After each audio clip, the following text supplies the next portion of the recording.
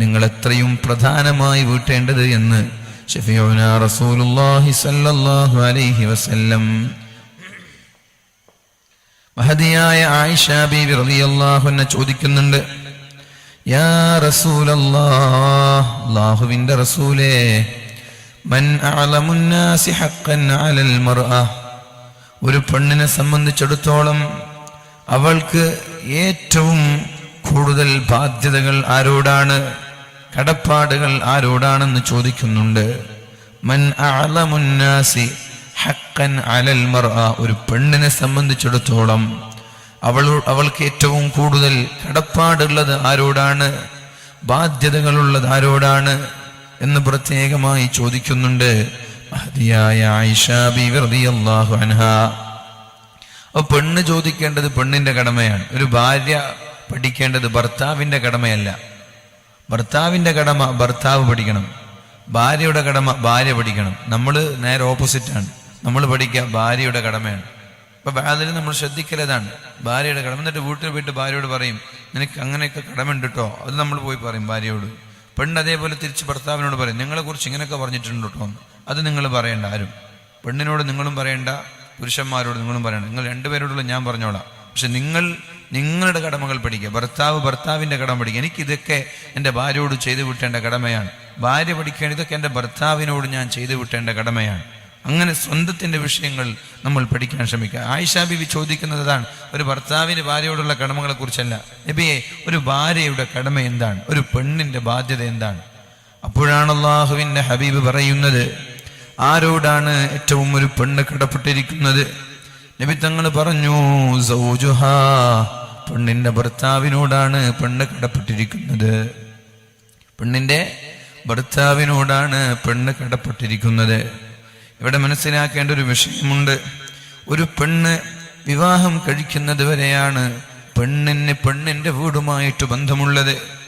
പെണ്ണിന്റെ ഉപ്പ, പെണ്ണിന്റെ ഉമ്മ, അവരൊക്കെയാണ് 18 വയസ്സുവരെ വളർത്തിയത്. ശരി തന്നെ, 18 വയസ്സുവരെ ഉമ്മയാണ് ഗർഭം ചുമന്നത്, ഉമ്മയാണ് പ്രസവിച്ചത്, ഉമ്മയാണ് മുലപ്പാല് നൽകിയത്.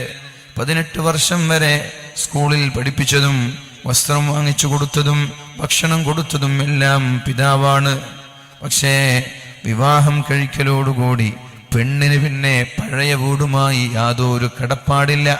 പിന്നെ അവളുടെ വീട് ഭർത്താവിന്റെ വീടാണ്. പിന്നെ അവളുടെ പിതാവ് ഭർത്താവിന്റെ പിതാവാണ്. പിന്നെ അവളുടെ മാതാവ് ഭർത്താവിന്റെ മാതാവാണ്. പിന്നെ അവളുടെ ജ്യേഷ്ഠാനുജന്മാർ, ജ്യേഷ്ഠത്തിമാർ, അനുജത്തിമാര് ഭർത്താവിന്റെ പെങ്ങന്മാരാണ്. രക്തത്തിലൊരു ബന്ധമുണ്ട്, അത് ശരി തന്നെ. പക്ഷേ ഒരു പെണ്ണിന് കടപ്പെട്ടിരിക്കുന്നത് അവളുടെ ഭർത്താവിനോടാണ് എന്നാണ് അല്ലാഹുവിന്റെ ഹബീബായ റസൂലുള്ളാഹി സല്ലല്ലാഹു അലൈഹി വസല്ലം മഹദിയായ ആയിഷ ബീവി റളിയല്ലാഹു അൻഹയോട് പറഞ്ഞു കൊടുക്കുന്നത്. പിന്നെ വീടിന്റെ വിഷയങ്ങൾ ഭർത്താവുമായിട്ട് അനാവശ്യമായ ചർച്ചകളിലോ അനാവശ്യമായ പ്രശ്നങ്ങളിലോ ഏർപ്പെടാൻ പാടില്ല. ഭർത്താവിനോട് സ്വന്തം വീട്ടുകാരുടെ കാര്യങ്ങൾ പറഞ്ഞ് ഭർത്താവിനോട് പിണങ്ങാൻ പാടില്ല. നിങ്ങളുടെ വീടിന്റെ കടമകളോ നിങ്ങളുടെ ഉമ്മ ബാപ്പയുടെ കടമകളോ നിങ്ങളുടെ ഭർത്താവിനോട് പറഞ്ഞ് അനാവശ്യമായ തർക്കങ്ങളിൽ ഏർപ്പെടാൻ പാടില്ല. വിവാഹം കഴിക്കലോടുകൂടി നിങ്ങളുടെ ആ വീടുമായിട്ടുള്ള ബന്ധം കഴിഞ്ഞിരിക്കുകയാണ്. ബന്ധം മീൻസ് കുടുംബ ബന്ധം കഴിഞ്ഞു എന്നല്ല ഞാൻ പറയുന്നത്. കടപ്പാട് കഴിഞ്ഞു, ബാധ്യതകൾ കഴിഞ്ഞു, കടമകൾ കഴിഞ്ഞു. പിന്നെ നിങ്ങൾ കടപ്പെട്ടിരിക്കുന്നത് നിങ്ങളുടെ ഭർത്താവിന്റെ വീടുമായിട്ടാണ്. പിന്നെ നിങ്ങളുടെ വീടോ, അത് നിങ്ങൾ പോവണം, ഉപ്പയെ കാണണം, ഉമ്മയെ കാണണം, കുടുംബങ്ങളെ കാണണം. അത് കുടുംബബന്ധം ചേർത്തതിന്റെ പ്രതിഫലമാണ്. നിങ്ങൾ നിങ്ങളുടെ ഭർത്താവിന്റെ പിതാവിനെ നിങ്ങളുടെ സ്വന്തം ഉപ്പയെ പോലെ, നിങ്ങളുടെ ഭർത്താവിന്റെ ഉമ്മയെ സ്വന്തം ഉമ്മയെ പോലെ, ഭർത്താവിന്റെ സഹോദരിമാരെ സ്വന്തം പെങ്ങളെ പോലെ കാണാൻ നിങ്ങൾക്ക് കഴിയണം. അല്ലാഹു റബ്ബ് സുബ്ഹാനഹു വ തആല തൗഫീഖ് നൽകി അനുഗ്രഹിക്കട്ടെ. അല്ലാഹു തആല നാളെ ചോദിക്കും ഈ വിഷയങ്ങളൊക്കെ. കുല്ലുകും റാഇൻ വമസ്ഊലുൻ അൻ റഇയതിഹി, നിങ്ങളെല്ലാവരും നിങ്ങൾക്ക് ഓരോ ഉത്തരവാദിത്വങ്ങളുണ്ട്. ആ ഉത്തരവാദിത്തങ്ങളെ, കടമകളെ കുറിച്ച് അല്ലാഹു നാളെ ചോദ്യം ചെയ്യുമെന്നാണ്. എന്നിട്ട് പറഞ്ഞു, വറജുലു റായിൻ അലാ അഹ്ലിഹി വഹുവ മസ്ഊലുൻ അൻ റഇയതിഹി, ഒരു ഭർത്താവ്, ആ ഭർത്താവിന്, ഒരു പുരുഷന് അവന്റെ വീടിന്റെ ഉത്തരവാദിത്തങ്ങളുണ്ട്. വീടിന്റെ വിഷയങ്ങൾ അല്ലാഹു തആല ഭർത്താവിനോടാണ് ചോദിക്കുക. പിന്നെ പറഞ്ഞു വൽ മർഅതു റാഇയത്തുൻ അലാ ബൈതി സൗജിഹാ, പെണ്ണ് ഭർത്താവിന്റെ അഭാവത്തിൽ വീടിന്റെ ഭരണാധികാരിയാണ്. ഭർത്താവ് ഉണ്ടായിരിക്കെ ഒരു പെണ്ണ് വീട് ഭരിക്കാൻ പാടില്ല. പുരുഷന്മാരുടെ തലയിൽ കയറുന്ന, ഭർത്താവിന്റെ തലയിൽ കയറുന്ന പെണ്ണായി ഒരു പെണ്ണും ആവാൻ പാടില്ല. അതേപോലെ പെൺകൂസന്മാരായ ഭർത്താവായി ഒരാണും മാറാൻ പാടില്ല. ശ്രദ്ധിക്കണം. വൽമർഅതു റാഇയത്തുൻ അലാ ബൈതി സൗജിഹാ, ഒരു പെണ്ണ് അവരുടെ ഭർത്താവിന്റെ വീട്ടിലെ ഭരണാധികാരിയാണ്. അപ്പോ എപ്പോഴാണ് ഈ ഭരണാധികാരിയാവുന്നത്? ഭർത്താവ് വീട്ടിലില്ലാത്ത സമയങ്ങളിൽ. ഭർത്താവ് വീട്ടിലുണ്ടാകുമ്പോ ഉത്തരവാദിത്തം ഭർത്താവ് ഏറ്റെടുക്കണം. മക്കളുടെ ഉത്തരവാദിത്തം, വീടിന്റെ ഉത്തരവാദിത്തം, അവരുടെ ദീനിന്റെ വിഷയങ്ങൾ, നിസ്കാരത്തിന്റെ വിഷയങ്ങൾ, അവർ ഖുർആൻ ഓതുന്നത്, അവർ നിസ്കരിക്കുന്നത്, സമയത്ത് പള്ളിയിലേക്ക് പോകുന്നത്, അവർ പഠിക്കുന്നത്. ഭർത്താവ് വീട്ടിലുണ്ടെങ്കിൽ ഭർത്താവ് അത് ശ്രദ്ധിക്കണം. ഭർത്താവ് വീട്ടിലില്ല, പുറത്താണ്, അത്തരം സമയങ്ങളിൽ ഭാര്യ ശ്രദ്ധിക്കണം. മക്കളുടെ ദീനും പഠനവും, മക്കളുടെ സ്വഭാവവും പെരുമാറ്റവും, വീടിന്റെ ചെലവുകൾ, വീടിന്റെ ഇലക്ട്രിസിറ്റി ബില്ലുകൾ, കറണ്ട് ബില്ലുകൾ, വീടിന്റെ മറ്റുള്ള വിഷയങ്ങൾ എല്ലാം ഒരു പെണ്ണ് വളരെ സൂക്ഷ്മതയോടെ കൈകാര്യം ചെയ്യണമെന്ന് അല്ലാഹുവിന്റെ ഹബീബായ റസൂലുള്ളാഹി സ്വല്ലല്ലാഹു അലൈഹി വസല്ലം. ഓരോ പെണ്ണിന്റെ പേരിലും ഓരോ പുരുഷന്റെ പേരിലും ചില കടമകളുണ്ട്. അതിന് കഴിയാത്തവർ വിവാഹം കഴിക്കേണ്ട എന്നാണ് നബി തങ്ങൾ പഠിപ്പിച്ചത്. ഭർത്താവിനോടുള്ള കടമകൾ ഒരു പെണ്ണിന് വീട്ടാൻ കഴിയില്ലെങ്കിൽ ആ പെണ്ണ് പിന്നെ വിവാഹം കഴിക്കണമെന്നില്ല. ഭാര്യയോടുള്ള കടമകൾ ഒരു പുരുഷന് വീട്ടാൻ കഴിയില്ലെങ്കിൽ ആ ഭർത്താവ്, ആ പുരുഷൻ വിവാഹം കഴിക്കേണ്ടതില്ല എന്നാണ് ഇസ്ലാമിന്റെ താല്പര്യം. അപ്പൊ ആദ്യം വിവാഹം കഴിക്കാൻ പോകുന്ന ഓരോ പെണ്ണും ഓരോ ആണും എന്താണ് എന്റെ കടമകൾ എന്ന് പഠിക്കണം. എനിക്കെന്തൊക്കെയാണ് കടമകളുള്ളത് എന്ന് പഠിക്കണം. മഹാനായ അബൂ സഈദ് റളിയല്ലാഹു അൻഹു പറയുന്നുണ്ട്, അന്ന റജുലൻ അതാ ബിബനത്തിൻ ലഹു ഇലൻ നബി സല്ലല്ലാഹു അലൈഹി വസല്ലം, ഒരാൾ ഒരു പെൺകുട്ടിയെയും കൊണ്ട് അല്ലാഹുവിന്റെ ഹബീബിന്റെ സമീപത്തേക്ക് കടന്നു വന്നു. ഫഖാല, എന്നിട്ട് പറഞ്ഞു, നബി തങ്ങളോട് പറഞ്ഞു, ഇന്ന ബിനതി ഹാദിഹി അബത് അൻ തതസവ്വജ, നബിയേ എൻ്റെ ഈ മകൾ വിവാഹം കഴിക്കാൻ തയ്യാറാകുന്നില്ല നബിയേ, എൻ്റെ ഈ മകൾ വിവാഹം കഴിക്കാൻ തയ്യാറാകുന്നില്ല നബിയേ.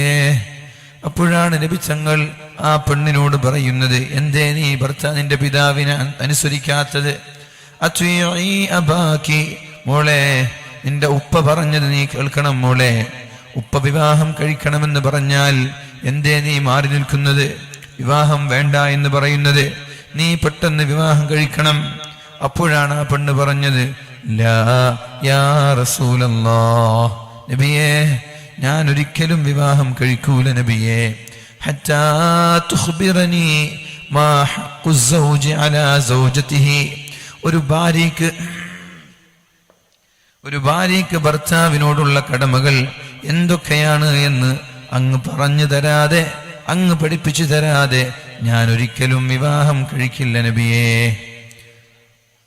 ഒരു പെണ്ണിന് ഭർത്താവിനോടുള്ള കടമകൾ എന്തൊക്കെയാണ് എന്ന് നിങ്ങൾ പറഞ്ഞു തരണം, എന്നാലേ ഞാൻ വിവാഹം കഴിക്കുള്ളൂ. ഫറദ്ദദത അലൈഹി മഖാലതഹാ, അപ്പോൾ അല്ലാഹുവിന്റെ ഹബീബിനോട് ആ പെണ്ണങ്ങനെ പറഞ്ഞുകൊണ്ടേയിരുന്നു, ഇല്ല നബിയേ ഇല്ല, ഭർത്താവിനോടുള്ള കടമകൾ എന്തൊക്കെയാണ് എന്ന് പറഞ്ഞു തരാതെ ഒരിക്കലും ഞാൻ വിവാഹം കഴിക്കൂല നബിയേ. അപ്പോഴാണ് നബി തങ്ങൾ പറഞ്ഞു കൊടുത്തത്, ഹഖ്ഖു സൗജി അലാ സൗജതിഹി, ഒരു പെണ്ണിന് ഭർത്താവിനോടുള്ള കടമകൾ, അല്ലൗ കാന ബിഹി ഖുർഹത്തുൻ ഫലഹസത്ഹാ അവിബ്തദറ മൻ ഖിറാഹു സദീദൻ ഔ ദമൻ ثم لحسته ما أدت حقه. ഒരു പെണ്ണിന് ഭർത്താവിനോടുള്ള കടമകളിൽ അള്ളാഹുവിന്റെ ഹബീബ് അങ്ങേയറ്റം പോയിട്ടാണ് പറഞ്ഞത്. ഏതറ്റം വരെ പോകാൻ പറ്റുമോ അതിന്റെ എൻഡിലാണ് നബി തങ്ങൾ പറഞ്ഞത് സല്ലല്ലാഹു അലൈഹി വസല്ലം, അല്ലൗ കാന ബിഹി ഖുർഹത്തുൻ ഫലഹസത്ഹാ, അവിബ്തദറ മൻ ഖിറാഹു സദീദാ ഔ ദമൻ ثم لحسته ما أدت حقه. ഭർത്താവിന്റെ ശരീരത്തിൽ ഒരു മുറിയുണ്ട് എന്ന് സങ്കല്പിക്കുക. ആ മുറിയിലൂടെ ചലങ്ങൾ, രക്തങ്ങൾ ഒഴുകുന്നുണ്ട്. അതേപോലെ ഭർത്താവിന്റെ മൂക്കിന്റെ ദ്വാരങ്ങളിലൂടെ ചലങ്ങളോ രക്തമോ ഒഴുകുന്നുണ്ട്.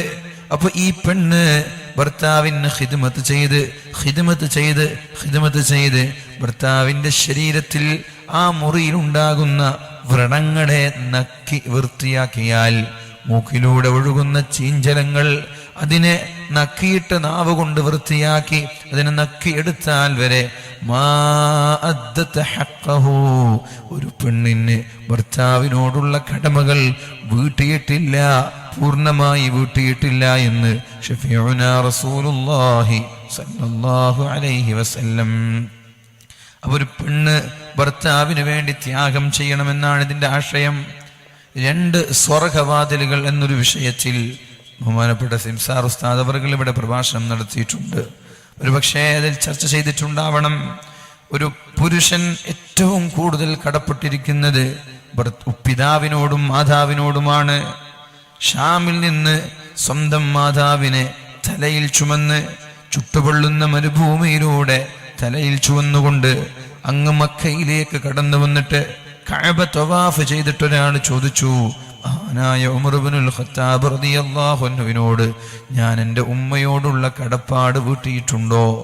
അസുഖം കൊണ്ട്, പ്രയാസം കൊണ്ട് നടക്കാൻ കഴിയാത്ത ഒരു ഉമ്മയെ കാറിലോ ഫ്ലൈറ്റിലോ അല്ല കൊണ്ടുവരുന്നത്, സ്വന്തം ഷോൾഡറിൽ ചുമന്നുകൊണ്ട് നടന്നുകൊണ്ട് യാത്ര ചെയ്തുകൊണ്ട് പരിശുദ്ധമായ മക്കയിലേക്കെത്തി ചുട്ടുപൊള്ളുന്ന ആ ഭൂമിയിൽ ഉമ്മയെ തവാഫ് ചെയ്യിപ്പിച്ചു. എന്നാൽ എൻ്റെ ഉമ്മയോടുള്ള കടപ്പാട് ഞാൻ വീട്ടിയിട്ടുണ്ടോ എന്ന് ചോദിക്കുമ്പോൾ മഹാനായ ഉമർ ഇബ്നുൽ ഖത്താബ് റളിയല്ലാഹു അൻഹു പറഞ്ഞത്, ഇല്ല, ഒരിക്കലും നിങ്ങൾ വീട്ടിയിട്ടില്ല. അപ്പൊ ഒരു പുരുഷന് ഉമ്മയോടുള്ള കടപ്പാട് പറയുമ്പോൾ അതിൻ്റെ ഏറ്റവും എൻഡിൽ, ഏറ്റവും അങ്ങേറ്റം വരെ പോയി. നിങ്ങൾ ആലോചിച്ച് നോക്കി, ഇപ്പം നമ്മുടെ ഇവിടുന്ന് കുമ്പളയിൽ നിന്ന് മാലിക് ദിനാറിലേക്ക് ഉമ്മയെ ഷോൾഡറിലും കയറ്റി ഈ ചുട്ടുപൊള്ളുന്ന ഭൂമിയിൽ നടന്ന് എന്ത് ഉമ്മയ്ക്ക് നടക്കാൻ, എന്ത് വണ്ടിയുണ്ട്, പ്രശ്നമൊന്നുമില്ല, പഴയ പോലല്ലോ. അങ്ങനെയൊക്കെ നടന്നിട്ട് ഉമ്മയ്ക്ക് അത്രത്തോളം നമ്മൾ ഖിദ്മത്ത് ചെയ്തു. എന്നാലും നമ്മൾ ഉമ്മയോടുള്ള കടമ വീട്ടിയിട്ടില്ല എന്നാണ്. എന്തുകൊണ്ട്? നമ്മളെന്താ ഉമ്മയ്ക്ക് ഉപ്പയ്ക്കൊക്കെ അസുഖം വരുമ്പോൾ നമ്മൾ അത്ര ഇതൊക്കെ കൂലി പ്രതീക്ഷിച്ചിട്ട് തന്നെയാണ് ചെയ്യുന്നത്. എന്നാലും ഉമ്മ ഏതറ്റം പോലും ഒന്ന് മരണപ്പെടുന്നത് വരെയല്ലേ, അതുവരെ നേരെ നോക്കുക എന്നുള്ള ചിന്തയാണ് നമ്മൾക്ക് ഉണ്ടാവുക. ഉപ്പ മരണപ്പെടുന്നത് വരെയല്ലേ, അതുവരെ ഒന്നും അള്ളാഹു പറഞ്ഞതുപോലെ വളരെ സന്തോഷത്തോടെ നോക്കാം. പക്ഷെ ഉമ്മമാര് നമ്മെ വളർത്തുന്നത് അങ്ങനെയല്ല. മരണപ്പെടുന്നത് വരെ എന്നല്ല ഉമ്മമാര് നമ്മെ വളർത്തുന്ന സമയത്ത്. ഇപ്പം ഇന്ന് ഞാൻ ഇന്നലെ മെഡിക്കേരി ഭാഗത്തായിരുന്നു. ഇന്ന് ഏകദേശം ഞാൻ എത്തുമ്പോൾ 2:30 മണിയായിരുന്നു. എൻ്റെ ശബ്ദം കണ്ടിട്ട് ഞാൻ ഉമ്മയോട് പറഞ്ഞിട്ടൊന്നുമില്ല. ഞാൻ ശബ്ദം കണ്ടിട്ട് റൂമിലെത്തുമ്പോൾ ഉമ്മ ഉള്ളി മുറിക്കുന്നു. ഞാൻ അപ്പം എനിക്ക് മനസ്സിലായി ഉമ്മ ചുക്ക് കാപ്പി ഉണ്ടാക്കാനുള്ള പരിപാടിയാണ്. ഞാൻ ഉമ്മയോട് പറഞ്ഞിട്ടൊന്നുമില്ല. അങ്ങനെ ഉമ്മ നിസ്കാരം കഴിയുമ്പോഴേക്കും ഉമ്മ ചുക്ക് കാപ്പി ഉണ്ടാക്കി കൊണ്ടുവന്നു. അത് അവരുടെ ആ ഒരു സ്നേഹം, ആ ഒരു കമ്മിറ്റ്മെൻറ്റാണ്. നമ്മൾ പറയാതെ തന്നെ നമ്മുടെ ആവശ്യങ്ങൾ തിരിച്ചറിഞ്ഞ് നമ്മളവർ സഹായിക്കുകയാണ്. എന്നാൽ നമ്മളവർക്ക് തിരിച്ചു കൊടുക്കുന്നുണ്ടോ? ഇല്ല. എന്നാൽ നമ്മൾ തിരിച്ചു കൊടുത്തില്ലെങ്കിൽ അവർ നമ്മളോട് ദേഷ്യപ്പെടോ? ഇല്ല. നമ്മളവരെ വെറുത്താൽ, നമ്മളവരോട് ദേഷ്യപ്പെട്ടാൽ, അവർ പറഞ്ഞ് നമ്മൾ കേട്ടില്ലെങ്കിൽ അവർ നമ്മളോട് ദേഷ്യപ്പെടോ? ചൊടിക്കോ? പിണങ്ങോ? എന്തിനെ അങ്ങനെ ചെയ്യാത്തും ചെയ്യും? ഒന്നും ചെയ്യില്ല അവർ. എന്നാൽ ഇന്ന് നമ്മൾ ദേഷ്യപ്പെട്ട് നാളെ വീണ്ടവർ നമ്മൾ ഖിദ്മത്ത് ചെയ്തു. അതാണ് ഉമ്മമാർ. അവരൊരിക്കലും നമ്മൾ മരണപ്പെടുന്നത് വരെ എന്ന് വിചാരിച്ചിട്ടല്ല ഉമ്മയും ഉപ്പയൊക്കെ നമ്മളെ പോറ്റി വളർത്തുക. അവരെ നമ്മളെ വളർത്തുന്നത് ആത്മാർത്ഥമായിട്ട്. നമ്മൾ അങ്ങോട്ട് സ്നേഹിച്ചില്ലെങ്കിലും അവർ നമ്മെ സ്നേഹിച്ചുകൊണ്ടേയിരിക്കും.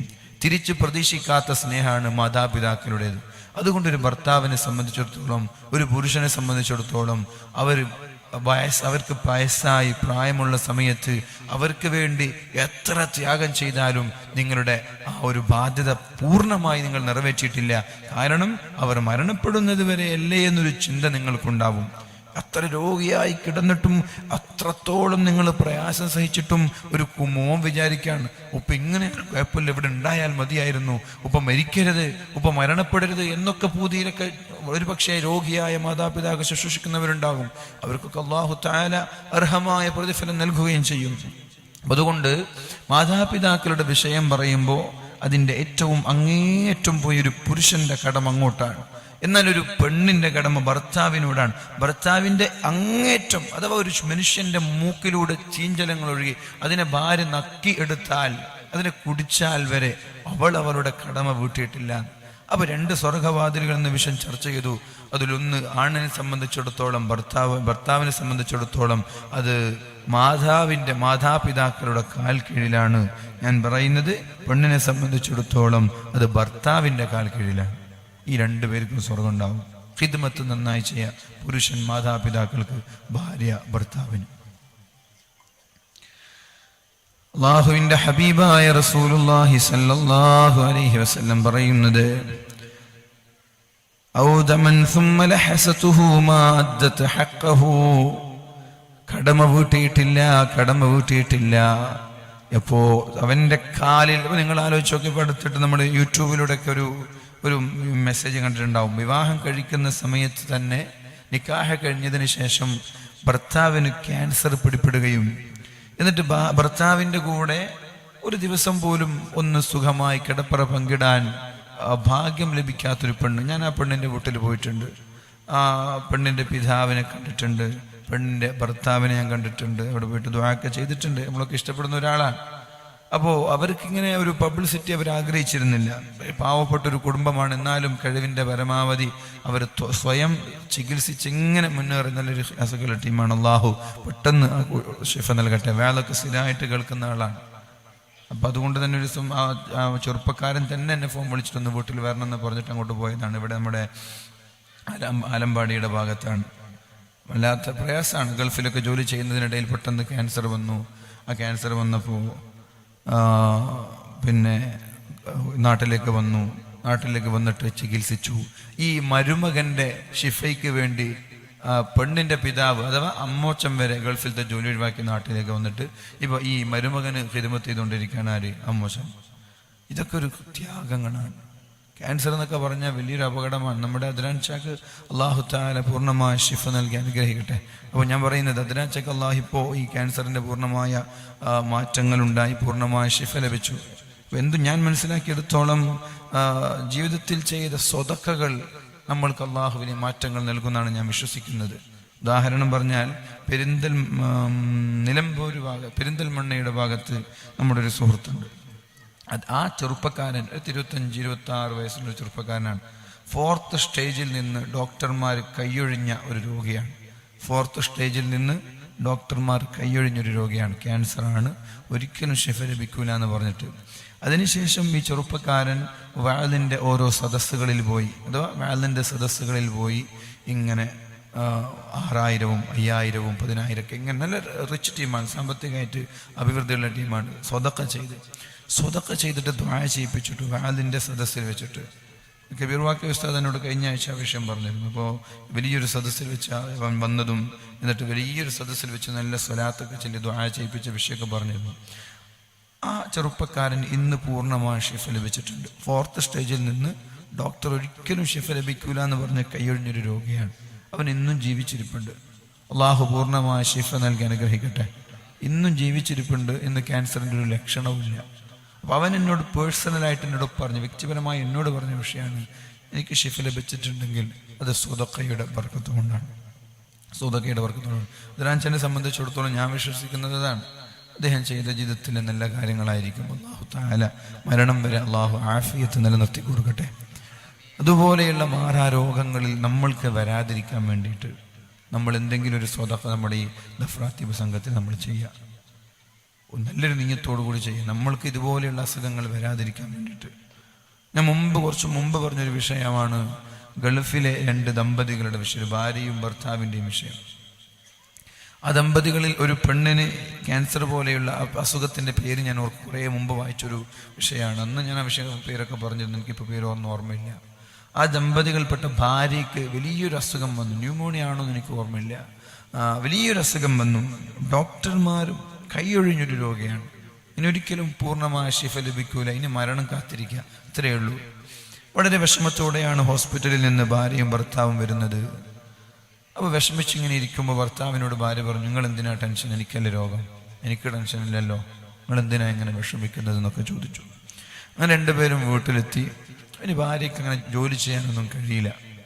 ആ സമയത്ത് ഭാര്യ പറഞ്ഞു, നമ്മൾക്കൊരു മെയ്ഡിനെ കൊണ്ടുവന്നാൽ എന്താ, ഗൾഫിലൊക്കെ ഹോം നേഴ്സ് ഉണ്ടാവും, മെയ്ഡ് ഉണ്ടാവും, മെയ്ഡിനെ കൊണ്ടുവന്നാൽ എന്തേലും ചോദിച്ചു. അപ്പം അങ്ങനെ പത്രങ്ങളൊക്കെ പരസ്യം നോക്കി അവിടെ ഓഫീസിന് വിളിച്ചു. ഓഫീസിന് വിളിച്ചപ്പോൾ ഒരു ഇന്തോനേഷ്യക്കാരിയായ ഒരു പെണ്ണിനെയാണ് അവർക്ക് വീട്ടിലെ സെർവൻ്റായിട്ട് ലഭിച്ചത്. വീട്ടിലെ സേവനം ചെയ്യുന്ന ജോലിക്കാരിയായി ഇന്തോനേഷ്യയിലൊരു പെണ്ണിനെയാണ് ലഭിച്ചത്. ആ ഇന്തോനേഷ്യയിലെ പെണ്ണ് ഫോൺ വിളി വന്ന ഉടനെ ഒരു 2-3 ആഴ്ചക്കകം വേഗം ഇവിടെ എത്തി ഇവരുടെ വീട്ടിലെത്തി. ആ പെണ്ണ് നല്ലൊരു സേവനമൊക്കെ ചെയ്ത് ജോലി ചെയ്തുകൊണ്ടിരിക്കുക. പെണ്ണ് ഇടയ്ക്കിടെ കരയുന്നത് ഈ വീട്ടിലെ പെണ്ണ് കാണാറുണ്ട്, ഇടയ്ക്കിടെ ഇങ്ങനെ കരയും. പിന്നെ ബാത്റൂമിലൊക്കെ പോയാൽ ഒരുപാട് വൈകിട്ടാണ് വരിക, പുറത്തു വരിക. മൂത്രമൊഴിക്കാനോ മറ്റുള്ള ആവശ്യങ്ങൾക്ക് വേണ്ടി പോയാൽ ഒരുപാട് കഴിഞ്ഞിട്ടാണ് തിരിച്ചു വരിക. അപ്പം അങ്ങനെ നിരന്തരമായിട്ട് ചോദിക്കും, നിങ്ങൾ എന്തിനാണ് ഇങ്ങനെ കരയുന്നത്, എന്തെങ്കിലും കരയാൻ കാരണം എന്നിങ്ങനെ നിരന്തരമായിട്ട് ചോദിക്കും. പെണ്ണൊന്നും ഒന്നുമില്ല എന്ന് പറഞ്ഞ് മാറി നിൽക്കും. ഒരു ദിവസം ഭർത്താവില്ലാത്തൊരു സമയത്ത് പെണ്ണ് ആ സഹോദരി ഇന്തോനേഷ്യയിലെ പെണ്ണിനെ അടുത്ത് വിളിച്ചിട്ട് കാര്യങ്ങളൊക്കെ ചോദിച്ചു. ആ പെണ്ണ് സത്യം പറഞ്ഞു, ഞാൻ ഒരു 6 ദിവസം പ്രായമുള്ള ഒരു കുഞ്ഞിൻ്റെ ഉമ്മയാണ് ഞാൻ. എൻ്റെ കുഞ്ഞിന് 6 ദിവസം പ്രായമേ ഉള്ളൂ. എൻ്റെ ഭർത്താവിനാണെങ്കിൽ ജോലി ചെയ്യാറില്ല. എൻ്റെ ഭർത്താവ് ഉണ്ടോ എന്ന് എനിക്ക് ഓർമ്മ. ഭർത്താവ് ഏതായാലും ജോലി ചെയ്യുന്ന ഒരാളല്ല, ഭർത്താവ് രോഗിയാണെന്ന് എനിക്ക് തോന്നുന്നത്. അപ്പം അതുകൊണ്ട് ഞാൻ തന്നെ ജോലി ചെയ്തിട്ട് വേണം എൻ്റെ കുടുംബത്തെ പോറ്റി വളർത്താൻ ഞാൻ തന്നെ ജോലി ചെയ്തിട്ട് വേണം. അപ്പം ഞാൻ ഗർഭിണിയാകുന്നതിന് മുമ്പ് അപേക്ഷ കൊടുത്താണ് ജോലിക്ക് വേണ്ടിയിട്ട്. പിന്നെ എനിക്ക് ഗൾഫിൽ നിന്ന് കോൾ വന്നത് പ്രസവിച്ചിട്ട് 6 ദിവസമായപ്പോഴാണ്. അപ്പോൾ എൻ്റെ കുഞ്ഞിനെയും കയ്യിൽ പിടിച്ച് ഞാൻ ആലോചിച്ചു, എൻ്റെ ഈ 6 ദിവസം പ്രായമുള്ള കുഞ്ഞിന് പാല് കൊടുക്കണോ? അല്ല, ഞാൻ കുഞ്ഞിന് പാലിപ്പാരെങ്കിലും കൊടുക്കൂലേ? ഈ കുഞ്ഞിന് വേണ്ടിയിട്ട് ഞാനിത് ത്യാഗം ചെയ്തിട്ട് ഗൾഫിലേക്ക് ജോലിക്ക് പോകണം. അപ്പം എൻ്റെ മനസ്സിലേക്ക് കടന്നു വന്നത്, കുഞ്ഞിന് പാല് കൊടുക്കാൻ ഇവിടെ ആരെങ്കിലും ഉണ്ടാവും. ഞാൻ ഗൾഫിൽ പോയാലേ എൻ്റെ കുടുംബത്തെ പോറ്റാനും എൻ്റെ കുടുംബത്തെ വളർത്താനും എനിക്ക് കഴിയുള്ളൂ. അപ്പോൾ അതുകൊണ്ട് 6 ദിവസം പ്രായമുള്ള കുഞ്ഞിനെ ഞാൻ ഇവിടെ വീട്ടിൽ വെച്ചിട്ട് ജോലിക്ക് വേണ്ടി ഞാൻ വന്നതാണ്. ആ കുഞ്ഞിനെ ഓർത്തിട്ടാണ് ഞാൻ കരയുന്നത്. ഞാൻ ബാത്റൂമിൽ പോയി ഒരുപാട് സമയം ചെലവഴിക്കുന്നത് പാല് കുടിക്കേണ്ട പ്രായത്തിൽ ആ ഒരു സമയത്ത് അവരുടെ മാരടങ്ങളിൽ പാല് നിറയും. കുഞ്ഞ് കുടിക്കണം, കുഞ്ഞില്ല. അപ്പം അതുകൊണ്ട് അത് സ്ക്വീസ് ചെയ്യാൻ, അത് ഒഴിവാക്കാൻ വേണ്ടിയിട്ടാണ് ഞാൻ ബാത്റൂമിൽ ഒരുപാട് സമയം നിൽക്കുന്നത്. അല്ലെങ്കിൽ അവർക്ക് വേദനയാണത്. അതുകൊണ്ട് അത് ഒഴിവാക്കാൻ വേണ്ടിയിട്ടാണ് ഞാൻ ബാത്റൂമിൽ ഒരുപാട് സമയം ചെലവഴിക്കുന്നത് എന്നീ പെണ്ണ് പറഞ്ഞപ്പോൾ ഈ രോഗിയായ ഈ വീട്ടുകാരി, അഥവാ രോഗമൊരിക്കലും ശിഫ ലഭിക്കൂല എന്ന് പറഞ്ഞ് ഈ വീട്ടുകാരിയുടെ മനസ്സ് വല്ലാതെ വേദനിക്കുകയും അതിൽ വലിയൊരു വിഷമത്തോടുകൂടി ഭർത്താവിനെ കാത്തിരിക്കുകയും ചെയ്തു. ഭർത്താവ് വന്ന ഉടനെ പറഞ്ഞു, നമ്മൾക്ക് ഈ പെണ്ണിനെ നാട്ടിലേക്ക് തിരിച്ചേക്കണം. ഇനി ഈ പെണ്ണിനെ നമ്മളിവിടെ നിർത്തിക്കുന്നത്ര ശരി. എന്താണെന്ന് ചോദിച്ചു, നീ ഇവിടെ രോഗിയാണ്ട് പിന്നെ ആരെവിടെ ജോലി എടുക്കാൻ, നീ പറഞ്ഞിട്ടല്ലേ കൊണ്ടുവന്നത്, എന്നാലും കുഴപ്പമില്ല, ഞാൻ തന്നെ ജോലി എടുത്തോളാം. ഈ പെണ്ണിൻ്റെ സ്ഥിതിഗതികളൊക്കെ ഭർത്താവിന് പറഞ്ഞു കൊടുത്തു. ഭർത്താവിന് മനസ്സിലായപ്പോൾ ഭർത്താവിനും മനസ്സിലിഞ്ഞു. ഒന്ന് പെണ്ണ് പറഞ്ഞു, വെറുതെ പറഞ്ഞു വെച്ചിട്ട് കാര്യമില്ല. പെണ്ണ് ജീവിതത്തിൽ ഒരുപാട് കഷ്ടമുള്ള പെണ്ണാണ്, കുടുംബം പോറ്റാൻ കഴിയാത്തൊരു പെണ്ണാണ്. അതുകൊണ്ട് 2 വർഷമാണ് മുലപ്പാല് കൊടുക്കേണ്ട സമയം.